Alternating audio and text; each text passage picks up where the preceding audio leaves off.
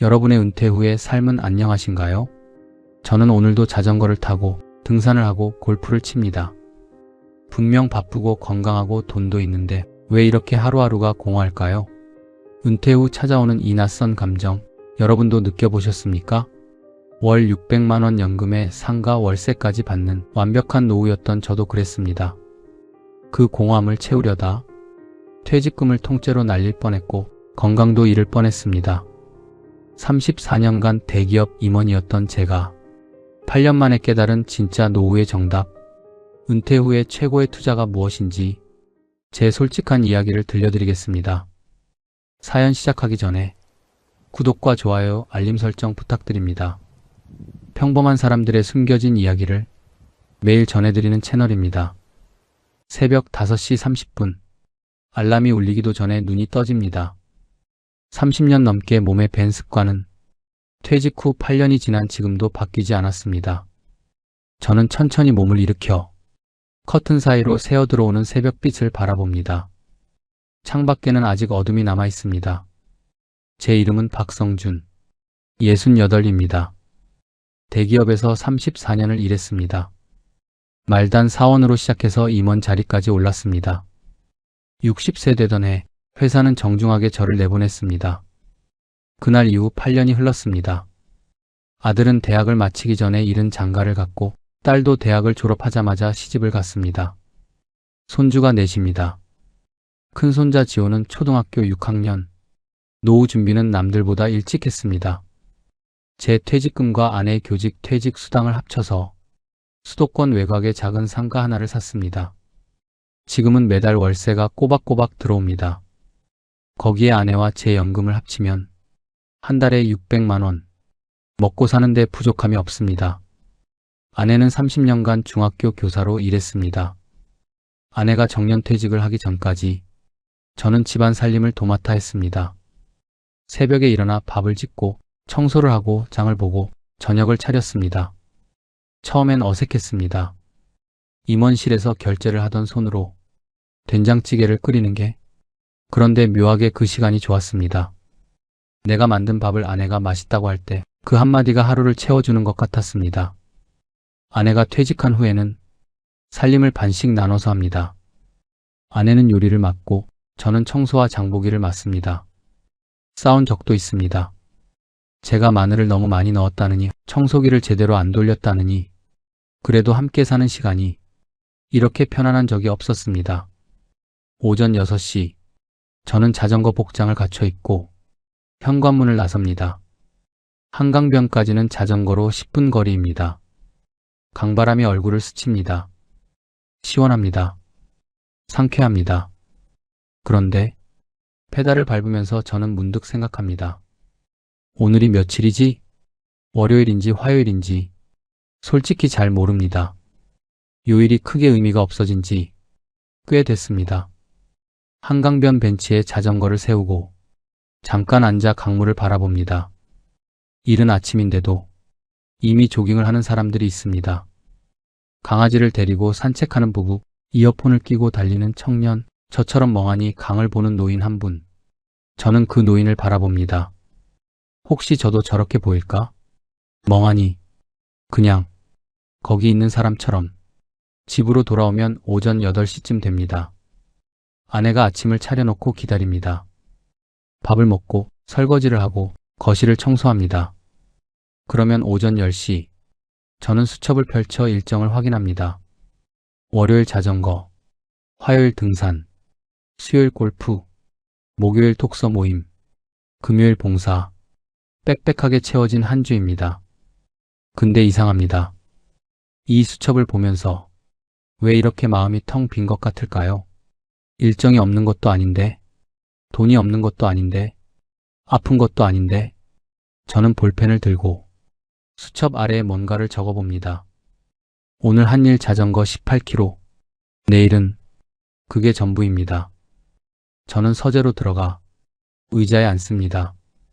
책상 위에는 일담한 책이 2권, 아직 보지 않은 신문이 사흘치 쌓여 있습니다.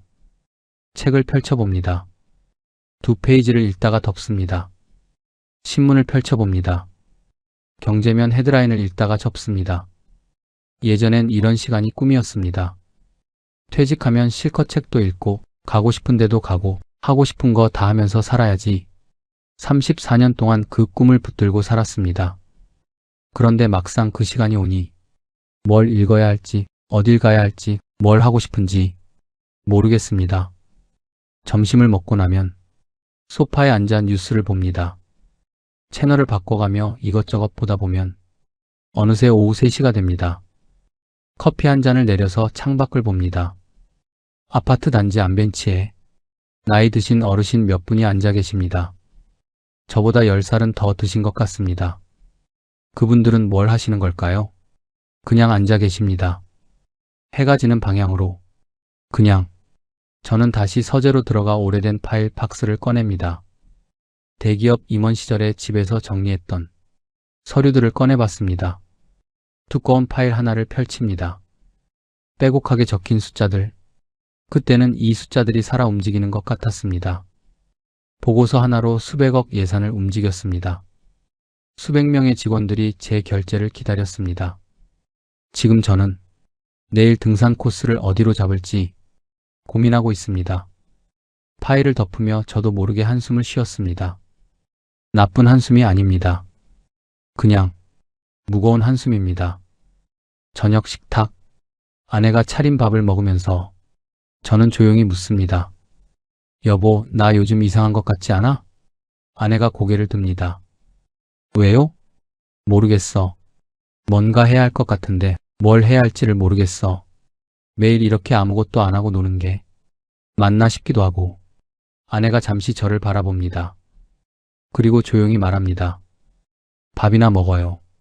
그게 답입니다. 지금 당장은 그게 답입니다. 그날 밤 저는 천장을 바라보며 생각합니다. 남들이 보기엔 더없이 좋은 노후입니다.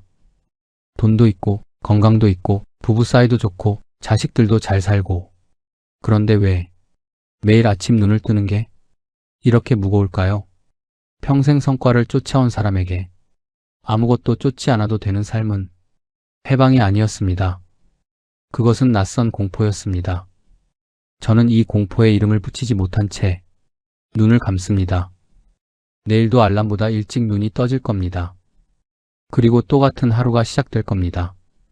그날은 고등학교 동창 모임이 있는 날이었습니다.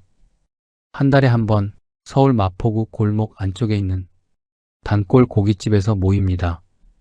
주로 67명이 모이는데 그날은 셋이었습니다. 저, 조창섭, 이상훈. 고등학교 시절부터 가장 친한 친구들입니다. 고깃집 한 귀퉁이 자리. 연기가 자욱한 가운데 소주잔을 부딪혔습니다. 야, 오랜만이다. 그러게 벌써 한 달이 됐냐? 불판에 삼겹살을 올리자마자 창섭이 스마트폰을 꺼냈습니다. 야, 봐봐. 나 카페 차렸잖아. 이거 봐봐. 화면 가득 커피숍 사진이 펼쳐졌습니다. 깔끔한 인테리어, 통유리 창문, 메뉴판에 적힌 그럴싸한 음료 이름들. 프랜차이즈야? 제가 묻자 창섭이 고개를 끄덕였습니다. 요즘 잘 나가는 브랜드야. 본사에서 다 알아서 해준다고 해서 상권 분석도 해주고 인테리어도 해주고 나는 그냥 운영만 하면 된다고. 눈빛이 살아있었습니다. 오랜만에 보는 창섭의 눈빛이었습니다. 상훈이도 가만히 있지 않았습니다. 나는 요즘 공부하느라 바빠. 오전엔 주식 분석하고 오후엔 부동산 스터디 나가고 저녁엔 온라인 강의 듣고. 손가락으로 테이블을 두드리며 일정을 줄줄 읊었습니다. 야, 우리 나이에 멈추면 안 돼. 계속 뭔가를 해야 해. 저는 소주잔을 들고 둘을 바라봤습니다. 창섭은 카페 사장, 상훈은 공부하는 수험생. 그렇다면 저는 삼겹살을 한 점 집어 먹으면서 저는 조용히 입을 열었습니다. 나는 그냥 지내고 있어. 창섭이 눈을 동그랗게 떴습니다. 그냥? 야, 임마, 우리 아직 짱짱한 나이야. 집에서 연금이나 받고 있으면 되겠냐? 그 말이 어딘가에 콕 박혔습니다. 집에서 연금이나 받고. 사실 그 말이 틀리지 않았습니다. 저는 지금 그렇게 살고 있으니까요. 매달 통장에 들어오는 연금과 월세, 자전거, 등산, 골프, 봉사. 누가 보면 부러운 노후입니다. 그런데 창섭의 그 한마디가 왜 이렇게 찔릴까요? 집으로 돌아오는 버스 안. 저는 창밖을 바라봤습니다. 밤거리를 달리는 차들, 환하게 불 켜진 상가들, 바쁘게 걸어가는 사람들. 세상은 여전히 돌아가고 있습니다. 저만 빠진 것처럼. 그날 밤 저는 잠이 잘 오지 않았습니다. 대기업 임원 시절이 떠올랐습니다. 수백 명의 직원들이 제 결제를 기다리던 날들, 회의실에서 제 말 한마디에 수십억 예산이 움직이던 날들, 그 시절에 저는 살아 있었습니다. 적어도 그렇게 느꼈습니다. 다음 날 아침, 저는 자전거 대신 컴퓨터 앞에 앉았습니다. 검색창에 천천히 입력했습니다. 프랜차이즈 창업 비용. 클릭 한 번에 수십 개의 사이트가 쏟아졌습니다. 카페, 치킨집, 편의점, 분식집. 저는 하나씩 열어봤습니다. 예상 수익률, 초기 투자 비용, 월 매출 시뮬레이션. 엑셀을 켰습니다. 대기업 임원 시절 전략 기획서를 쓰던 그 손으로 수익률 표를 만들기 시작했습니다. 초기 투자 비용, 월 임대료, 인건비, 재료비, 카드 수수료, 본사 로열티. 숫자를 채워 넣을수록 입꼬리가 올라갔습니다. 이 정도면 되겠는데? 그 주에만 프랜차이즈 설명회를 3군데 다녔습니다. 카페 브랜드 설명회, 치킨 프랜차이즈 설명회, 편의점 창업 설명회. 설명회마다 분위기는 비슷했습니다. 말끔하게 차려입은 본사 직원이 화려한 프레젠테이션을 펼쳐놓고 숫자를 들이밀었습니다. 이 상권이면 월 매출 최소 2천만 원입니다. 저희 브랜드는 본사에서 재료를 직접 공급해서 원가 절감이 가능합니다. 오픈 초기 3개월은 본사에서 집중 지원합니다. 저는 앞자리에 앉아 열심히 메모했습니다. 임원 시절 협력사 미팅에서 하던 것처럼 집에 돌아오면 다시 엑셀을 켰습니다. 설명회에서 들은 숫자들을 넣어봤습니다. 월 매출 2천만 원, 임대료 250만 원, 인건비 350만 원, 재료비 600만 원, 기타 잡비 100만 원, 남는 돈 700만 원, 700만 원. 지금 받는 연금의 2배가 넘습니다. 저는 숫자를 보며 한참 생각했습니다. 그런데 엑셀 화면을 닫으려는 순간 뭔가 걸렸습니다. 설명회에서 들은 숫자는 전부 최대치였습니다. 최소 2천만 원이라고 했지만 그게 보장된 숫자는 아니었습니다. 임대료도 상권에 따라 달랐고 인건비도 알바 구하기 나름이었고 재료비는 본사 단가를 따라야 했습니다. 저는 다시 숫자를 바꿔 넣었습니다. 월 매출 1,200만 원으로 낮추면 임대료가 350만 원으로 오르면 알바를 2명 써야 하면 남는 돈 150만 원, 150만 원. 저는 그 숫자를 한참 바라봤습니다.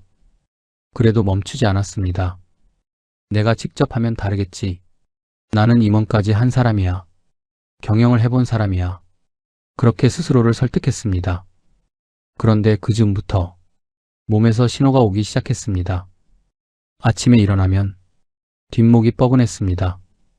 밥을 먹고 나면 소화가 잘 안 됐습니다. 잠자리에 들면 머릿속에서 숫자들이 돌아다녔습니다. 임대료, 인건비, 권리금, 보증금. 아내가 어느 날 저녁 밥상을 차리다 말고 물었습니다. 요즘 왜 그래요? 얼굴이 안 좋아 보여. 저는 괜찮다고 했습니다. 괜찮지 않았습니다. 혈압을 재봤더니 평소보다 높게 나왔습니다. 병원에 갔더니 스트레스를 줄이라고 했습니다. 저는 고개를 끄덕이고 나왔지만 집에 오자마자 다시 엑셀을 켰습니다. 그 무렵 저는 이런 생각을 했습니다. 내가 지금 뭘 하고 있는 걸까? 창업이 하고 싶은 걸까요? 아니면 그냥 아직 살아있다는 걸 확인하고 싶은 걸까요? 그 질문에 선뜻 답을 못했습니다. 그러던 어느 날 아침 창섭에게서 문자가 왔습니다. 야, 나 카페 와봐. 할 말이 있어. 문자 끝에 이모티콘 하나 없었습니다. 뭔가 이상했습니다. 창섭의 카페는 지하철역에서 도보로 5분 거리였습니다. 나름 괜찮은 상권이라고 창섭이 자랑했던 곳입니다. 카페 앞에 도착했습니다. 오전 11시, 점심 전 커피 한 잔 하러 오는 손님들로 푹 적여야 할 시간입니다. 그런데 문을 열고 들어서자 손님이 한 명도 없었습니다. 넓은 실내에 창섭 혼자 카운터에 서 있었습니다. 저를 보더니 창섭이 웃었습니다. 웃음인지 아닌지 구분하기 어려운 표정이었습니다. 왔어? 저는 자리에 앉았습니다. 창섭이 커피를 내려 들고 왔습니다. 아메리카노 2잔. 가까이서 보니 2달 전 고깃집에서 보던 창섭이 아니었습니다. 눈밑이 거뭇했습니다. 볼이 꺼져 있었습니다. 손등에 핏기가 없었습니다. 저는 커피를 한 모금 마시고 조용히 물었습니다. 얼마나 됐어, 적자가? 창섭이 커피잔을 내려놓았습니다. 한참 말이 없었습니다. 창밖으로 사람들이 지나갔습니다. 아무도 카페 쪽을 보지 않았습니다. 3개월째야. 낮은 목소리였습니다. 저는 아무 말 하지 않았습니다. 창섭이 천천히 말을 이었습니다. 처음엔 괜찮은 줄 알았어. 오픈하고 첫 달은 지인들이 와줘서 매출이 좀 나왔거든. 그래서 나는 이거다 싶었어. 근데 2달째부터 지인들 발길이 뚝 끊기더라. 일반 손님만으로 버텨야 하는데 이 상권이 생각보다 유동 인구가 없는 거야. 저는 조용히 들었습니다. 본사에서 상권 분석을 해줬잖아. 분명히 여기 괜찮다고 했거든. 근데 나중에 알고 보니까 그 분석 자료가 주말 기준이었어. 평일 유동 인구는 절반도 안 되는 거야. 창섭의 목소리가 조금 갈라졌습니다. 임원 출신이면 뭐하냐? 나 협력사만 수십 개 관리했던 놈이야. 계약서 수십 번 검토했던 놈이 왜 그걸 몰랐을까? 저는 커피잔을 2손으로 감쌌습니다. 뜨거운 온기가 느껴졌습니다. 재료비도 문제야. 본사에서 직접 공급하니까 원가가 낮다고 했잖아. 근데 막상 단가를 보니까 내가 마트에서 사는 것보다 비싸. 본사 마진이 다 거기서 나오는 거야. 근데 계약 조건상 다른 데서 사면 안 돼. 임대료는 또 어때? 권리금 5천만 원에 보증금 3천만 원. 월 임대료만 350이야. 거기다 프랜차이즈 본사 로열티, 인건비, 카드 수수료, 전기요금. 다 떼고 나면 내 손에 뭐가 남겠어. 창섭이 잠깐 말을 멈췄습니다. 그리고 낮게 말했습니다. 성준아, 나 퇴직금 다 털어넣었어. 아내한테는 아직 다 말을 못했어. 저는 말문이 막혔습니다. 얼마나? 퇴직금 2억 5천만 원. 거기다 따로 모아둔 거 3천만 원. 다 넣었어. 조용한 카페 안에 커피 내리는 기계 소리만 났습니다. 지금 어떻게 버티고 있어? 창섭이 쓴웃음을 지었습니다. 아내 연금이랑 내 연금으로 버티고 있지. 카페 매출은 임대료 내기도 빠듯해. 그때 카페 문이 열렸습니다. 알바생으로 보이는 20살쯤 된 청년이 헐레벌떡 들어왔습니다. 죄송합니다. 버스가 막혀서요. 창섭의 얼굴이 굳었습니다. 30분 늦은 거야. 다음엔 미리 나와. 청년이 앞치마를 두르는 동안 창섭은 제 쪽을 보지 않았습니다. 저는 그 옆모습을 바라봤습니다. 수백 명의 직원들에게 당당하게 지시하던 창섭이었습니다. 지금은 20살짜리 알바생 눈치를 봅니다. 알바생이 자리를 잡자 창섭이 다시 앉았습니다. 목소리가 조금 가라앉아 있었습니다. 성준아, 너 저번에 보니까 창업 생각하고 있는 것 같던데 맞아? 저는 잠시 망설였습니다. 뭐, 알아보고는 있어. 창섭이 제 눈을 똑바로 봤습니다. 하지마. 단호한 목소리였습니다. 내가 도시락 싸들고 다니면서 말린다. 진심으로 하는 말이야. 저는 아무 말도 못했습니다. 성준아, 우리 나이에 이르면 다시 못 채워. 그 돈이 어떤 돈인지 알잖아. 30년 넘게 일해서 모은 돈이야. 창섭의 눈가가 붉어졌습니다. 남자 68이 카페 한 구석에서 울음을 참고 있었습니다. 저는 커피를 한 모금 마셨습니다. 넘어가지 않았습니다. 본사 담당자가 뭐라고 했는 줄 알아? 이 상권이면 월 400은 남는다고 했어. 그 말 믿었어. 나 협력사 계약서 수십 번 봤던 놈이 그 말 믿었어. 창섭이 손으로 눈가를 눌렀습니다. 회사에서 일하는 거랑 내 가게 하는 거랑은 정말 천지 차이야.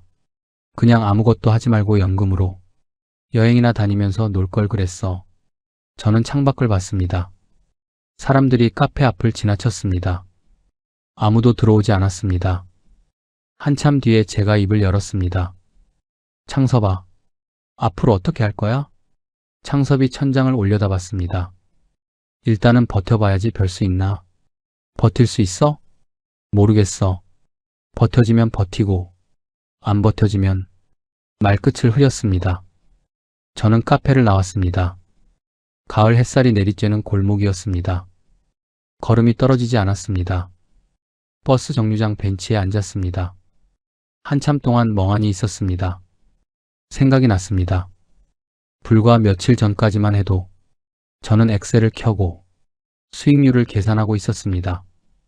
본사 담당자의 말에 고개를 끄덕이고 내가 하면 다르겠지라고 생각하면서 창섭도 똑같이 생각했겠지요. 나는 다르겠지. 위가 쓰렸습니다. 그날 집에 돌아와서 저는 서재에 앉아 엑셀 파일을 열었습니다.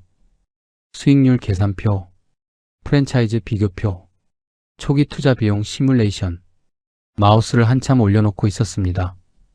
삭제 버튼 위에. 그런데 바로 지우지는 못했습니다. 이상하게도 창섭의 얼굴이 떠올랐습니다. 흑빛 얼굴, 퀭한 눈, 알바생 눈치를 보던 그 옆모습. 저는 천천히 파일을 닫았습니다. 삭제는 하지 못했지만 닫을 수는 있었습니다. 그날 밤 아내가 잠든 뒤에 저는 혼자 거실에 앉아 있었습니다. 어두운 거실, 창밖의 아파트 불빛들. 나는 지금 뭐가 하고 싶은 걸까? 창업이 하고 싶은 게 아니었습니다. 그걸 이제는 알 것 같았습니다. 제가 원했던 건 아직 살아있다는 느낌, 아직 세상에 필요한 사람이라는 느낌, 그게 전부였습니다. 근데 그걸 왜 꼭 창업으로 확인해야 할까요? 답은 아직 없었습니다. 그냥 그 질문만 거실에 떠 있었습니다. 밤새도록 이상훈에게서 연락이 온 건 창섭의 카페를 다녀온 지 일주일쯤 지났을 때였습니다. 문자 한 통이었습니다. 야, 나 입원했어. 시간 되면 와줄 수 있어? 저는 문자를 보고 잠시 멈췄습니다. 이상훈이 입원이라니. 그 친구는 우리 셋 중에 제일 건강한 놈이었습니다. 퇴직 후에도 매일 조깅을 하고 테니스를 치고 등산을 다니던 친구였습니다. 다음날 오전 과일 바구니를 들고 병원을 찾아갔습니다. 2인실 병실. 커튼을 열고 들어서자 이상훈이 침대에 누워 있었습니다. 야, 이게 무슨 일이야? 이상훈이 겸연쩍게 웃었습니다. 대상포진이래. 이게 그렇게 아프다더니. 진짜 아프다, 임마. 저는 옆에 놓인 의자를 당겨 앉았습니다. 가까이서 보니 얼굴이 많이 헬스케져 있었습니다. 볼살이 빠져 야위어 있고 눈빛이 흐릿했습니다. 언제 입원했어? 사흘 됐어. 처음엔 그냥 근육통인 줄 알았어. 근데 점점 심해지더니 피부에 물집이 잡히는 거야. 병원 갔더니 대상포진이라고. 의사가 뭐래? 이상훈이 천장을 보며 말했습니다. 면역력이 바닥났대. 고혈압은 원래 있었는데 이번에 당뇨 초기 소견까지 나왔어. 당분간 무리하면 안 된다고. 저는 과일 바구니를 침대 옆 탁자에 올렸습니다. 도대체 뭘 그렇게 무리한 거야? 은퇴한 놈이 무리할 게 뭐가 있어? 너 요즘 뭐 했어? 이상훈이 잠깐 말을 멈췄습니다. 그리고 쓴웃음을 지었습니다. 뭐 하긴. 열심히 살았지. 오전 6시에 조깅하고 9시부터 주식시장 열리면 차트 분석하고 점심 먹고 나서 부동산 스터디 나가고 오후엔 테니스 치고 저녁엔 온라인 강의 듣고 매일. 저는 말문이 막혔습니다. 야, 우리가 무슨 20대인 줄 알아? 이상훈이 피식 웃었습니다. 그러게. 근데 안 하면 불안했어. 뭔가 계속 해야 할 것 같고 멈추면 뒤처지는 것 같고. 저는 조용히 들었습니다. 있잖아, 성준아. 사실 오늘 너한테 할 말이 있어서 와달라고 한 거야. 친구의 목소리가 낮아졌습니다. 뭔데?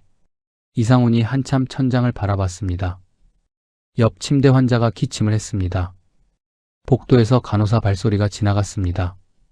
나 돈 다 날렸다. 저는 잠시 멈췄습니다.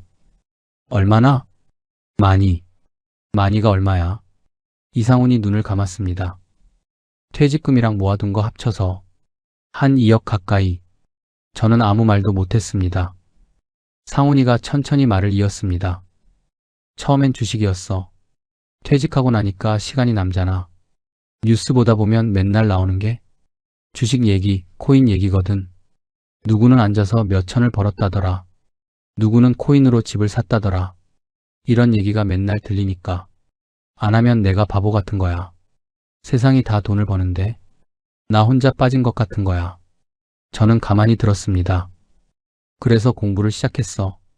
진짜 열심히 했어, 성준아. 유튜브 채널만 수십 개를 구독하고 차트 분석 강의도 듣고 종목 스터디 모임도 나가고 처음엔 조금씩 벌었어. 그러니까 더 자신이 생기더라고. 나 이거 맞는 것 같다. 나 원래 분석을 잘하는 놈이잖아. 이런 생각이 드는 거야. 친구가 눈을 떴습니다. 눈가가 빨개져 있었습니다. 그러다가 코인을 시작했어. 주변에서 코인이 훨씬 수익률이 높다고 하니까 처음엔 소액으로 했는데 오르는 걸 보니까 더 넣게 되는 거야. 올랐다가 내렸다가 하는데 내릴 때마다 더 사면 평단이 낮아진다고 하잖아. 그 말 믿고 계속 넣었어. 근데 어느 날 폭락이 온 거야. 하루 만에 반토막이 났어. 병실 안이 조용했습니다. 그때 팔았어야 했는데 반드시 오른다는 말을 믿고 버텼어. 결국 못 버티고 팔았을 때는 원금에서 절반이 날아가 있었어. 친구가 손으로 이마를 짚었습니다. 주식도 마찬가지야. 확신이 있다고 생각했는데 내가 분석한 게 다 틀렸어. 이 나이에 내가 무슨 전문가야? 유튜브 몇 개 보고 내가 시장을 안다고 생각한 거지. 저는 창밖을 봤습니다. 병원 창밖으로 맑은 하늘이 보였습니다. 아내는 알아? 이상훈이 고개를 저었습니다. 몰라. 아직 말을 못했어. 어떻게 말해? 나 공부 열심히 한다고, 투자 공부한다고 그랬거든. 그게 이렇게 됐다고 어떻게 말해? 저는 할 말이 없었습니다. 창섭은 창업으로 퇴직금을 투자해 적자를 보고 있고 상훈은 주식과 코인으로 2억 가까이를 날렸습니다. 두 친구가 각각 다른 방식으로 같은 실수를 했습니다. 나는 아직 살아있다는 걸 확인하고 싶었다.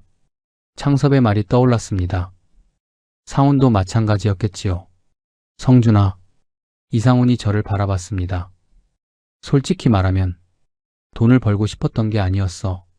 그냥 내가 뭔가를 제대로 하고 있다는 느낌. 세상 돌아가는 걸 나도 알고 있다는 느낌. 그게 필요했던 것 같아. 근데 그게 이렇게 될 줄은 몰랐지. 저는 고개를 끄덕였습니다.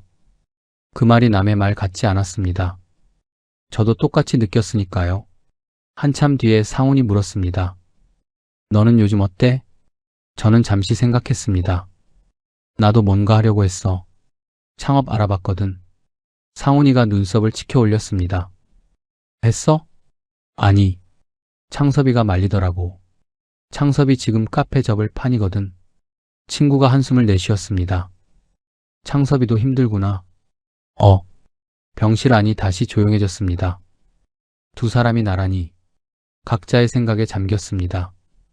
한참 뒤에 상훈이 말했습니다. 있잖아, 성준아. 나 태어나면 제일 먼저 하고 싶은 게 뭔지 알아? 뭔데? 아무것도 안 하고 그냥 누워서 하늘이나 보고 싶어. 저는 그 말을 듣고 웃음이 났습니다. 씁쓸하고 따뜻한 웃음이었습니다. 그거 하면 되잖아. 상훈이 피식 웃었습니다.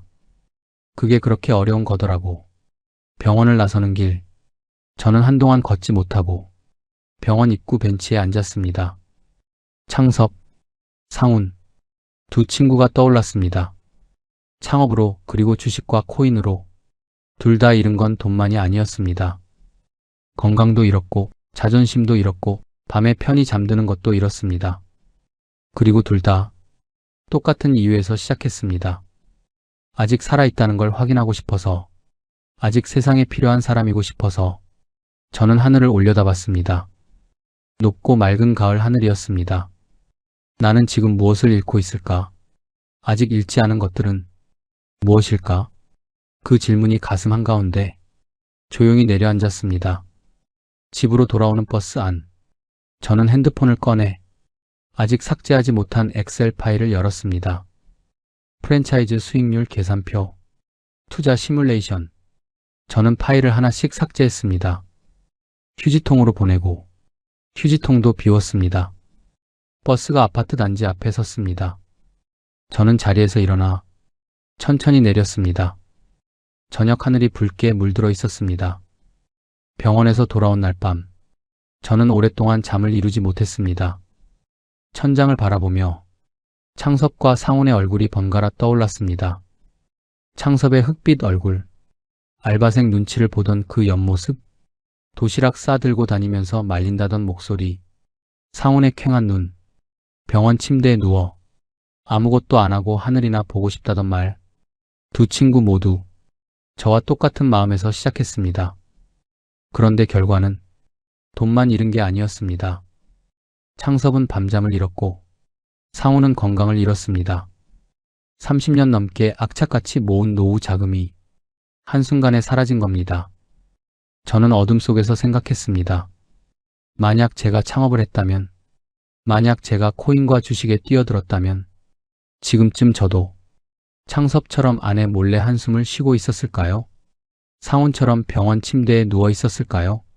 생각할수록 등골이 서늘했습니다.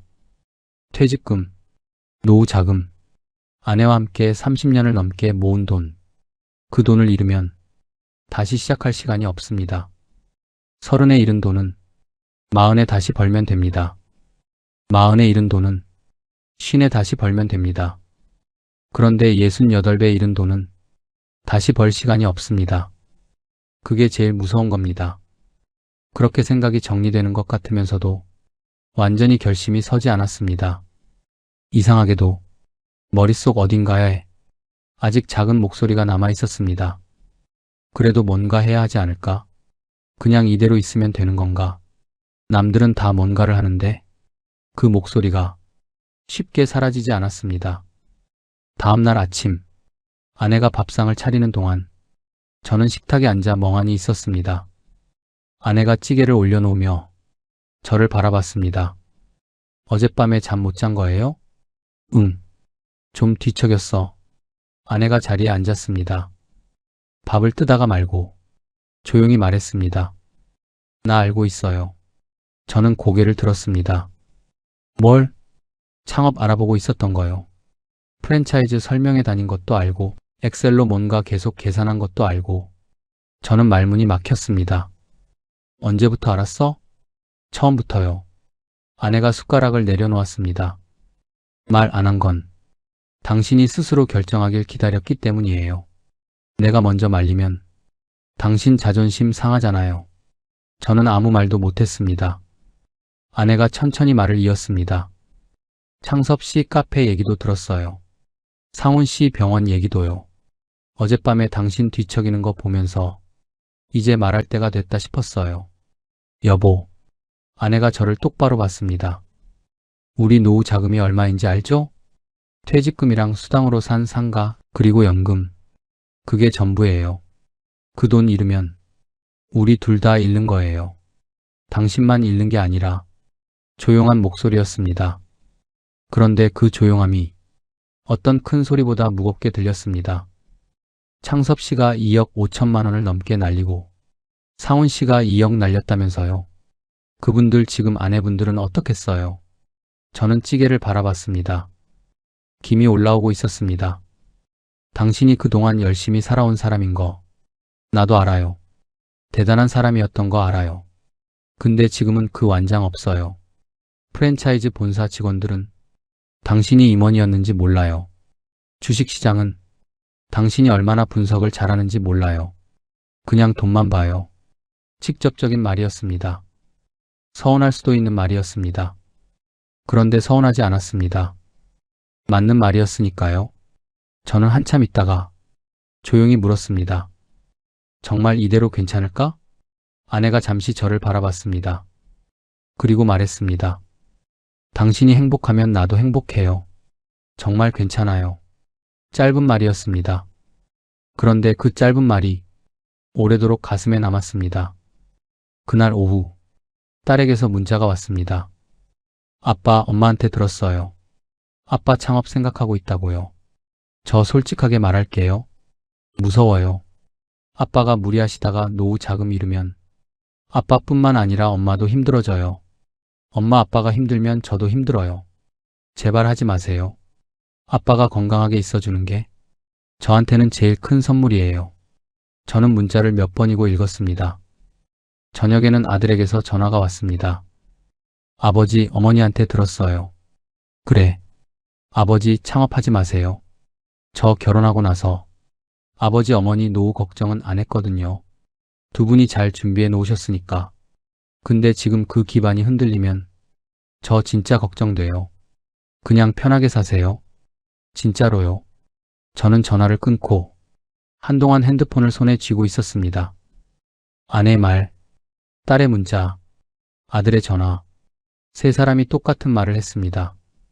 그냥 살아도 된다고. 그게 제일 큰 선물이라고. 저는 서재로 들어갔습니다. 책상 서랍을 열었습니다. 프랜차이즈 설명회에서 받아온 팸플릿들이 들어있었습니다. 카페 브랜드, 치킨 프랜차이즈, 편의점 창업 안내서 하나씩 꺼내서 쓰레기통에 넣었습니다. 이상하게도 이번엔 그 행동이 패배처럼 느껴지지 않았습니다.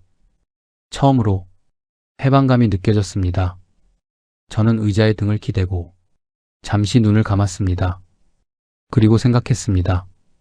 두 친구가 돈을 잃고 저에게 가르쳐 준 건 단순히 창업하지 말라는 것도 투자하지 말라는 것도 아니었습니다. 노후 자금은 다시 벌 기회가 없는 돈이라는 것, 그 돈을 지키는 것이 이 나이에 할 수 있는 가장 현명한 선택이라는 것, 그리고 한 가지 더, 아직 살아있다는 걸 확인하고 싶다는 마음, 아직 세상에 필요한 사람이고 싶다는 마음, 그 마음은 틀리지 않았습니다. 다만 그걸 확인하는 방법이 꼭 창업이어야 할 필요는 없었습니다. 꼭 투자여야 할 필요도 없었습니다. 그 방법을 아직 찾지 못했을 뿐입니다. 저는 눈을 떴습니다. 서재 창밖으로 저녁 하늘의 노을이 지고 있었습니다. 뭔가를 잃은 것 같으면서도 뭔가를 얻은 것 같은 저녁이었습니다. 부엌에서 아내가 저녁을 준비하는 소리가 들렸습니다. 그릇 부딪히는 소리, 보글보글 끓는 소리. 저는 서재를 나와 부엌으로 걸어갔습니다. 내가 뭐 도와줄까? 아내가 뒤를 돌아보며 웃었습니다. 됐어요. 그냥 앉아 있어요. 저는 식탁 의자에 앉아 아내의 뒷모습을 바라봤습니다. 30년간 교단에 서다가 이제 함께 저녁을 차리는 사람. 이 사람이 제 편이라는 게 새삼 다행이었습니다. 창업을 접고 나서 한 달이 지났습니다. 마음이 한결 가벼워질 줄 알았습니다.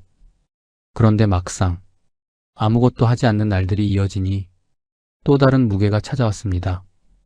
똑같은 하루가 반복됐습니다. 창업을 포기한 건 잘한 일이었습니다. 그건 확실했습니다. 그런데 그냥 이렇게 시간이 흘러가면 되는 건가? 그 질문이 다시 찾아왔습니다. 어느 화요일 오전, 아무 일정도 없는 날이었습니다. 저는 동네 카페에 혼자 앉아 커피를 마시고 있었습니다. 창밖으로 사람들이 지나갔습니다. 출근하는 사람들, 아이를 유치원에 데려다주는 엄마들, 택배를 나르는 기사님, 다들 어딘가로 가고 있었습니다. 저는 그냥 앉아 있었습니다. 커피가 식어갈 무렵 핸드폰이 울렸습니다. 저장되지 않은 번호였습니다. 받았습니다. 여보세요? 선배님, 저 한동훈입니다. 혹시 기억하세요? 선배님 계실 때 협력사 대표 맡았던. 저는 잠시 기억을 더듬었습니다. 한동훈, 대기업에 다닐 때 가장 아끼던 협력사 직원이었습니다. 30 중반의 패기 있는 청년이었는데 직접 회사를 차리겠다고 했을 때 제가 한참 응원해줬던 기억이 났습니다. 동훈이? 오랜만이네. 잘 지냈어? 네, 선배님 덕분에요. 회사 차리고 나서 조금씩 키워왔습니다. 목소리가 반가웠습니다. 그래, 잘 됐네. 무슨 일이야? 전화기 너머로 동훈이 잠시 말을 고르는 기색이 느껴졌습니다. 다름이 아니라 선배님께 부탁드릴 게 있어서요. 저희 회사가 이번에 공공 입찰 쪽으로 새로 도전하려고 하는데 솔직히 저는 그 분야를 잘 몰라서요. 선배님이 기업에서 그 부분을 20년 가까이 하셨잖아요. 혹시 저희 실무를 조금 도와주실 수 있을까요? 저는 잠시 아무 말도 하지 않았습니다. 도움을 요청하는 전화인데 왜 이렇게 마음이 복잡할까요? 내가 뭘 안다고. 현장이 얼마나 바뀌었는데. 나 퇴직한 지가 8년이야.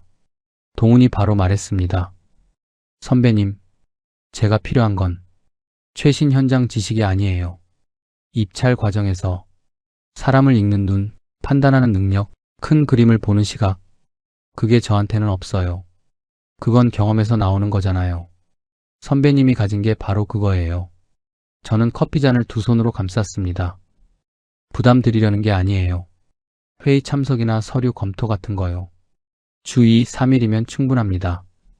선배님 편하신 선에서요. 저는 한참 창밖을 바라봤습니다. 솔직히 말하면 반가웠습니다. 누군가 저를 필요로 한다는 게. 그런데 동시에 두려움도 있었습니다. 8년 만에 다시 일하는 게 내가 할 수 있을까? 현장이 너무 바뀐 건 아닐까? 괜히 망신만 당하는 건 아닐까? 동훈아, 나 한 일주일만 생각해봐도 되겠어? 물론이죠, 선배님. 천천히 생각해보세요. 전화를 끊고 저는 식어버린 커피를 마셨습니다. 씁쓸했습니다. 집에 돌아와서 아내에게 전화 얘기를 했습니다. 아내가 조용히 듣더니 물었습니다. 하고 싶어요? 저는 잠시 생각했습니다. 모르겠어. 잘할 수 있을지도 모르겠고, 괜히 민폐만 끼치는 건 아닌지도 모르겠고, 아내가 말했습니다. 그 후배분이 선배님한테 전화 안 되는 이유가 있겠죠. 8년 전 당신이 어떤 사람이었는지 그분은 알고 있는 거잖아요. 그 말이 마음에 걸렸습니다. 며칠을 고민했습니다. 잠자리에 들면 동훈의 말이 떠올랐습니다. 사람을 읽는 눈, 판단하는 능력, 큰 그림을 보는 시각, 그게 정말 아직 제게 남아있을까요? 고민하던 어느 저녁, 저는 서재에 앉아 오래된 파일 박스를 꺼냈습니다. 대기업 시절 공부했던 자료들, 먼지가 쌓여 있었습니다. 파일을 펼쳤습니다. 빼곡하게 적힌 내용들, 협상 포인트, 검토해야 할 항목들, 주의해야 할 사항들. 읽다 보니 손이 멈추지 않았습니다. 한 페이지, 두 페이지, 세 페이지, 어느새 2시간이 지나 있었습니다. 저는 파일을 덮고 잠시 생각했습니다. 아직 기억하고 있었습니다. 흐릿해지긴 했지만 완전히 사라진 건 아니었습니다. 다음 날 아침, 저는 동훈에게 전화를 했습니다. 동훈아, 한번 해볼게. 대신 내가 모르는 부분은 솔직히 모른다고 할 거야. 그래도 괜찮겠어? 동훈이 웃으며 말했습니다. 그럼요, 선배님. 그게 저는 더 좋아요. 첫 출근 날, 저는 오랜만에 넥타이를 맸습니다. 아내가 현관에서 보더니 피식 웃었습니다. 어색해요. 나도 알아. 동훈의 회사는 지하철로 30분 거리였습니다. 중소기업이었습니다. 직원이 25명쯤 됐습니다. 동훈이 입구에서 맞이했습니다. 선배님 오셨어요. 어서 오세요. 회의실로 안내됐습니다. 저는 자리를 봤습니다. 상석이 비어 있었습니다. 그런데 동훈이 상석이 아닌 팀원들 사이 빈자리를 가리켰습니다. 여기 앉으시면 돼요. 저는 잠시 멈칫했습니다. 대기업 임원 시절엔 항상 상석에 앉았습니다. 모두가 제 쪽을 바라봤습니다. 지금은 팀원들 사이에 앉는 겁니다. 자리에 앉았습니다. 30대 직원들이 자료를 펼쳤습니다. 동훈이 회의를 시작했습니다. 저는 조용히 자료를 봤습니다. 누군가 의견을 냈습니다. 저는 천천히 입을 열었습니다. 그 방향이 맞는데 이 부분은 한 번 더 봐야 해요. 입찰 심사에서 이 항목을 제일 먼저 들여다보거든요. 직원들이 메모를 했습니다. 또 다른 직원이 물었습니다. 선배님, 그럼 이 부분은 어떻게 하는 게 나을까요? 선배님, 그 호칭이 낯설면서도 이상하게 편안했습니다. 회의가 끝났습니다. 저는 서류를 정리하며 자리에서 일어섰습니다. 그때 옆에 앉았던 30 초반쯤 돼 보이는 직원이 말을 걸었습니다. 선배님 덕분에 방향이 잡혔어요. 진짜 감사합니다. 저는 엘리베이터를 기다리며 그 말을 곱씹었습니다. 덕분에 방향이 잡혔다. 수억 원의 성과급을 받을 때도 이런 느낌은 아니었습니다. 그때의 보상은 회사가 제 성과에 매긴 값이었습니다. 지금 이 한마디는 제가 아직 누군가에게 도움이 되는 사람이라는 증거였습니다. 지하철을 타고 집으로 오는 길, 저는 창밖을 바라봤습니다. 퇴근하는 사람들로 가득 찬 지하철, 저도 그 안에 섞여 있었습니다. 오랜만이었습니다. 퇴근하는 사람으로 지하철에 타본 게 집에 들어서자 아내가 부엌에서 고개를 내밀었습니다. 어땠어요? 저는 넥타이를 풀며 말했습니다. 나쁘지 않았어. 아내가 저를 한번 훑어봤습니다. 당신 얼굴색이 달라졌어요. 저는 세면대 앞에 서서 거울을 봤습니다. 달랐습니다. 아침에 집을 나설 때와 확실히 달랐습니다. 뭐라 설명하기 어려운 그 차이가 오늘 하루를 살았다는 것, 그냥 시간을 보낸 게 아니라 진짜 살았다는 것, 그게 얼굴에 나타난 것 같았습니다. 동훈의 회사에 나간 지 한 달이 됐습니다. 주 3일, 오전 10시에 출근해서 오후 4시면 집에 돌아왔습니다. 무리하지 않는 일정이었습니다. 그런데 이상하게도 그 3일이 나머지 4일을 바꿔놓았습니다. 출근하지 않는 날에도 몸이 달랐습니다. 자전거를 타도 예전보다 가볍게 페달이 밟혔습니다. 등산을 해도 발걸음이 달랐습니다. 아내가 어느 날 아침 밥을 먹다가 말했습니다. 당신 요즘 표정이 너무 좋아 보여요. 그리고 젊어진 것 같은데요? 저는 쑥스러워서 그냥 밥만 먹었습니다. 그리고 첫 급여일이 왔습니다. 오후 3시쯤이었습니다. 핸드폰에 알림이 떴습니다. 입금 알림. 보낸 사람 한동훈. 금액 250만 원. 저는 거실 소파에 앉아 그 화면을 바라봤습니다. 한참을 일어나서 화장실로 들어갔습니다. 문을 잠갔습니다. 다시 핸드폰을 꺼냈습니다.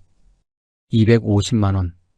대기업 임원 시절 성과급이 수천만 원씩 들어올 때도 이런 느낌은 아니었습니다. 그때는 그냥 숫자였습니다. 당연히 들어오는 숫자, 내 성과에 대한 보상, 회사가 매긴 값. 그런데 지금 이 250만 원은 손이 떨렸습니다. 왜일까요? 저는 거울을 봤습니다. 68살 남자가 화장실에서 핸드폰을 들고 서 있었습니다. 눈가가 촉촉했습니다. 웃음이 났습니다.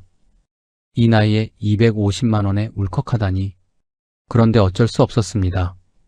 이 돈은 달랐습니다. 연금은 과거에 제가 일한 돈입니다. 월세는 은행 빚을 갚아가며 나오는 돈입니다. 그런데 이 250만 원은 이번 달에 제가 직접 번 돈입니다.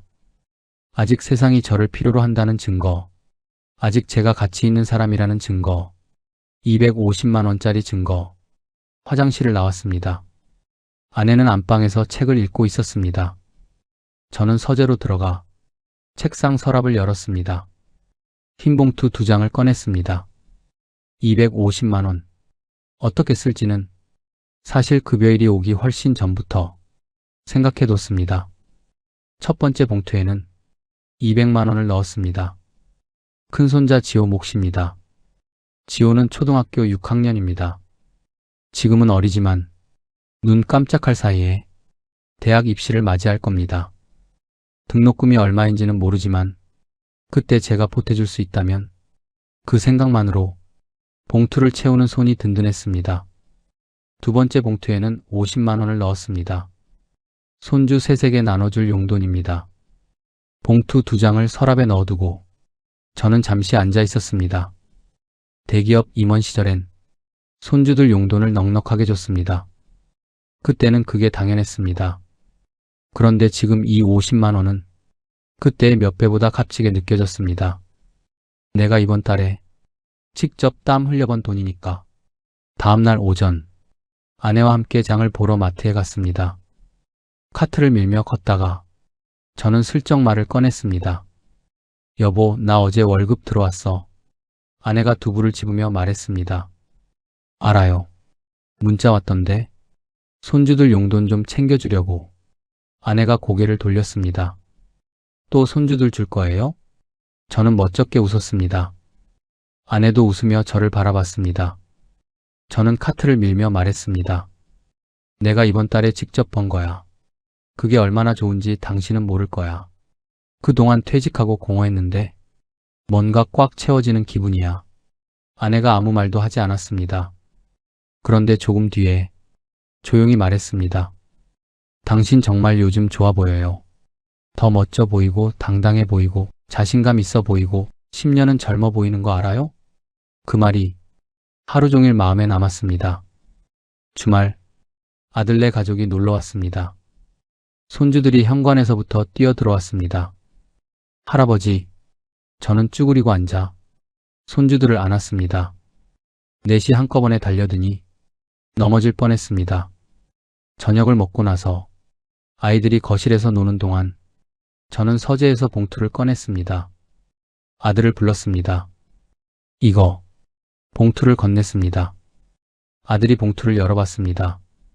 눈을 동그랗게 떴습니다. 아버지, 이게 뭐예요? 지호 대학 등록금 모으려고. 아직 한참 남았지만 미리미리 모아두려고. 아들이 봉투를 바라봤습니다. 한참 아무 말이 없었습니다. 아버지, 응. 이거 이번 달 월급이에요? 아들의 눈가가 붉어졌습니다. 아버지, 이러지 않으셔도 되는데. 저는 손을 저었습니다. 내가 하고 싶어서 하는 거야. 누가 시킨 거 아니야. 내가 번 돈으로 지호 대학 등록금 모은다. 그게 나는 재밌어. 허튼데 쓰지 말고 잘 모아둬. 아들이 고개를 숙였습니다. 거실에서 손주들 웃음소리가 들렸습니다. 지호가 막내 손녀를 업고 뛰어다니는 소리. 저는 그 소리를 들으며 생각했습니다. 생계를 위해 버는 돈과 사랑하는 사람의 미래를 위해 버는 돈. 그 차이가 이렇게 클 줄 몰랐습니다. 대기업에서 일할 때는 회사를 위해 일했습니다. 성과를 위해, 승진을 위해, 인정받기 위해. 지금 저는 지호의 대학 등록금을 위해 일합니다. 손주들 용돈을 위해 일합니다. 사랑하는 사람들의 미래를 위해 일합니다. 그게 250만 원을 수억 원보다 값지게 만드는 이유였습니다. 그날 밤 손주들이 돌아가고 집이 다시 조용해졌습니다. 아내가 설거지를 하는 동안 저는 소파에 앉아 있었습니다. 핸드폰 메모장을 열었습니다. 그리고 천천히 적었습니다. 지호 대학 등록금 1회차 200만 원. 숫자 하나가 통장에 찍히는 것과는 다른 무게로 마음에 새겨졌습니다. 이게 제가 찾던 거였습니다. 아직 살아있다는 느낌. 아직 세상에 필요한 사람이라는 느낌. 그게 꼭 대단한 창업이어야 할 필요도 없었고 수억 원짜리 투자여야 할 필요도 없었습니다. 250만 원이면 충분했습니다. 사랑하는 사람을 향한 돈이라면 어느 평화로운 주말 한강변 벤치에 자전거를 세워두고 저는 그냥 앉아 있었습니다. 예전엔 이렇게 아무것도 안 하면 죄책감이 밀려왔습니다. 이러고 있어도 되나? 뭔가 해야 하지 않나? 이렇게 시간을 낭비해도 되나? 그런데 지금은 그냥 강물을 바라보는 이 시간이 좋았습니다. 강물이 흘렀습니다. 오리 몇 마리가 물 위를 천천히 지나갔습니다. 맞은편 아파트 단지에 하나둘 불이 켜지기 시작했습니다. 저는 아무 생각 없이 그 풍경을 바라봤습니다. 핸드폰이 울렸습니다. 동훈의 문자였습니다. 선배님 입찰 통과했습니다. 선배님 덕분이에요. 다음 달도 잘 부탁드립니다. 저는 잠시 화면을 바라봤습니다. 그리고 답장을 보냈습니다. 잘 됐네. 수고했어요. 짧은 답장이었습니다. 그런데 그 짧은 문자를 보내고 나서 가슴 어딘가가 따뜻해졌습니다. 잠시 뒤에 친구 상훈이에게서도 연락이 왔습니다. 야, 나 퇴원하고 나서 요즘 오전에 동네 산책만 해. 근데 이게 이렇게 좋은 거였냐? 저는 웃음이 났습니다. 그러게. 그걸 이제 알았네. 임마, 이걸 알려면 2억을 날려야 했다. 비싼 수업료다. 씁쓸하면서도 웃음이 나는 문자였습니다. 창섭이에게도 연락이 왔습니다. 카페를 결국 정리했다고 했습니다. 위약금을 물고 나왔는데 생각보다 후련하다고. 지금은 집 근처 텃밭을 조그맣게 빌려서 상추랑 고추를 심고 있다고 했습니다. 야, 흙이 이렇게 좋은 건지 몰랐어. 아무 생각 없이 풀 뽑다 보면 시간이 훌쩍 가. 저는 한참 창섭의 문자를 바라봤습니다. 2억 5천만 원을 날리고 흑빛 얼굴로 알바생 눈치를 보던 친구가 지금은 텃밭에서 상추를 키우고 있습니다. 사람이 사라지는 방식이 참 묘하다는 생각이 들었습니다. 그 주 금요일, 셋이 다시 만났습니다. 단골 고깃집, 불판에 삼겹살을 올리고 소주잔을 부딪혔습니다. 건강하자. 예전 같으면 이 자리에서 무슨 얘기를 했을까요? 뭔가를 해야 한다. 우리 아직 짱짱하다. 저 사람은 이걸로 돈을 벌었다더라. 그런데 이날은 그냥 먹고 웃으며 수다를 떨었습니다. 창섭이 텃밭 얘기를 했습니다. 고추가 예상보다 잘 자란다고. 근데 벌레가 너무 많다고. 상훈이 퇴원 후 처음으로 산에 다시 올랐다고 했습니다. 정상까지 가지 않고 중간쯤에서 내려왔는데 그게 더 좋았다고. 저는 회사 얘기를 했습니다. 30대 직원들이랑 일하는 게 생각보다 재밌다고. 셋이 웃었습니다. 헤어지면서 창섭이 말했습니다. 야, 우리 그냥 이렇게 살자. 뭔가 대단한 거 안 해도 되잖아. 상훈이 고개를 끄덕였습니다. 그게 제일 어려운 거더라. 저는 두 친구의 얼굴을 봤습니다. 많이 겪은 얼굴들이었습니다. 많이 잃고, 많이 아프고, 그래도 다시 일어선 얼굴들. 그래, 그냥 이렇게 살자. 집으로 돌아오는 길, 저는 걸었습니다. 버스를 타지 않고 동네까지 걸어왔습니다. 밤바람이 불었습니다. 낙엽이 발밑에서 바스락거렸습니다. 가로등 불빛이 길을 밝혔습니다. 걸으면서 생각했습니다. 나는 지금 행복한가? 대답이 바로 왔습니다. 행복합니다. 그 단순한 대답이 이렇게 오래 걸릴 줄은 몰랐습니다. 집 현관문을 열었습니다. 아내가 거실에서 책을 읽다가 고개를 들었습니다. 늦었네요. 걸어왔어. 왜요? 그냥 걷고 싶어서. 아내가 피식 웃었습니다. 밥은요? 먹었어. 차 한잔 할래요? 응. 아내가 부엌으로 갔습니다. 저는 소파에 앉았습니다. 조용한 거실이었습니다. 텔레비전도 켜지 않았습니다. 그냥 조용했습니다. 그 조용함이 불안하지 않았습니다. 예전엔 이런 조용함이 공허하게 느껴졌는데 지금은 그냥 편안했습니다. 아내가 따뜻한 차를 들고 왔습니다. 둘이 나란히 소파에 앉아 차를 마셨습니다. 특별한 대화가 없었습니다. 그냥 앉아 있었습니다. 창밖으로 아파트 불빛들이 보였습니다. 저 집에도 각자의 저녁이 있겠지요. 저는 차를 한 모금 마시며 조용히 생각했습니다. 68세의 저는 이제 압니다. 은퇴 후 가장 위험한 투자는 주식이 아니었습니다. 부동산도 아니었습니다. 창업도 아니었습니다. 나는 아직 뭔가를 해야 한다는 강박, 그 강박에 시간과 건강과 노후 자금을 몽땅 쏟아붓는 것, 그게 제일 위험한 투자였습니다. 두 친구들은 그 강박에 돈을 잃고 건강도 잃었습니다. 저는 운이 좋았습니다. 두 친구 덕분에 잃기 전에 멈출 수 있었습니다. 노후 자금은 지켰습니다. 매달 들어오는 연금과 월세, 아내와 함께 모은 그 기반, 그게 흔들리지 않았기 때문에 지금 이 저녁이 가능합니다. 만약 그 돈을 잃었다면 지금 이 조용한 거실도, 아내와 나누는 2차 한 잔도 없었을 겁니다. 노후 자금을 지키는 것, 그게 이 나이에 할 수 있는 가장 현명한 투자였습니다. 그리고 한 가지 더, 은퇴 후 성공적인 삶을 위해 3가지가 필요하다는 걸 알았습니다. 첫 번째는 재정적 기반입니다. 연금, 안정적인 수입, 무리하지 않는 자산 관리, 이게 뒷받침되지 않으면 아무것도 할 수 없습니다. 노후 자금은 쓰는 돈이 아니라 지키는 돈입니다. 두 번째는 건강입니다. 친구를 보면서 깨달았습니다. 건강을 잃으면 돈도 의미가 없습니다.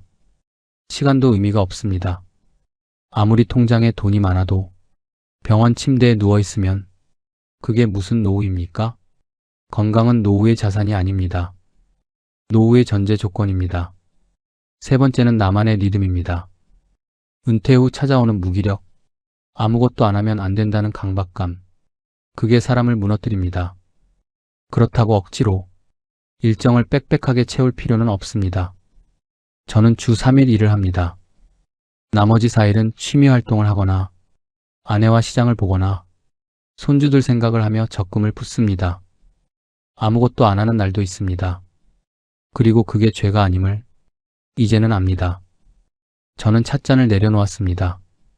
누가 인생에서 가장 잘한 투자가 뭐냐고 묻는다면 퇴직금을 지킨 것, 노후 자금을 지킨 것, 강박을 내려놓은 것, 그리고 아무것도 안 해도 괜찮다는 걸 받아들인 것, 그게 제 인생에서 가장 현명한 투자였습니다. 아내가 말했습니다. 시간 많이 늦었어요. 이제 자요 그만. 둘이 나란히 일어섰습니다. 불을 껐습니다.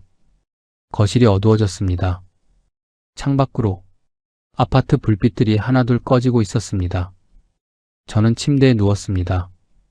눈을 감았습니다. 내일 아침도 알람보다 일찍 눈이 떠질 겁니다. 몸의 밴 습관은 아마 죽을 때까지 바뀌지 않겠지요. 그런데 이제는 눈이 일찍 떠져도 괜찮습니다. 서두를 것도 없고 쫓길 것도 없고 증명할 것도 없습니다. 그냥 오늘 하루를 살면 됩니다. 은퇴 후 최고의 투자는 그냥 노는 것, 건강하게, 여유롭게, 사랑하는 사람들 곁에서, 그게 최고의 투자였습니다. 아무것도 안 하는 것도 처음엔 어렵습니다. 그런 분들께 드리고 싶은 말이 있습니다. 여러분, 동네 주민센터나 시니어 일자리 센터 문을 한번 두드려 보세요. 생각보다 다양한 일자리가 있습니다. 거창한 창업이 아니어도 됩니다. 저처럼 소일거리 하나면 충분합니다. 복지관에 나가 보시는 것도 좋습니다. 처음엔 어색해도 한 달만 다녀보면 어느새 기다려지는 곳이 됩니다. 책 한 권을 펼쳐보는 것도 좋습니다. 하루 30분 조용히 책장을 넘기는 그 시간이 하루의 리듬을 만들어줍니다. 그리고 한 가지 더, 투자가 하고 싶으신 분들, 노후 자금과 퇴직금은 절대 건드리지 마세요. 그건 지키는 돈입니다. 하지만 잃어도 생활에 지장 없는 여윳돈이 있다면 소액으로 천천히 시작하는 건 나쁘지 않습니다. 중요한 건 금액이 아니라 감당할 수 있는 범위 안에서 하는 것, 그게 현명한 투자입니다. 은퇴 후의 삶에 정해진 정답은 없습니다. 각자의 속도로, 각자의 방식으로 그냥 살아도 됩니다. 옆에서 아내의 고른 숨소리가 들렸습니다. 창밖에는 별이 떠 있었습니다. 내일도, 모레도 그냥 이렇게 살면 됩니다. 부족한 제 이야기가 조금이나마 와닿으셨다면 구독과 좋아요 버튼으로 응원 부탁드립니다. 여러분의 노후에 평안이 깃들기를 진심으로 기원합니다. 끝까지 시청해주셔서 감사합니다.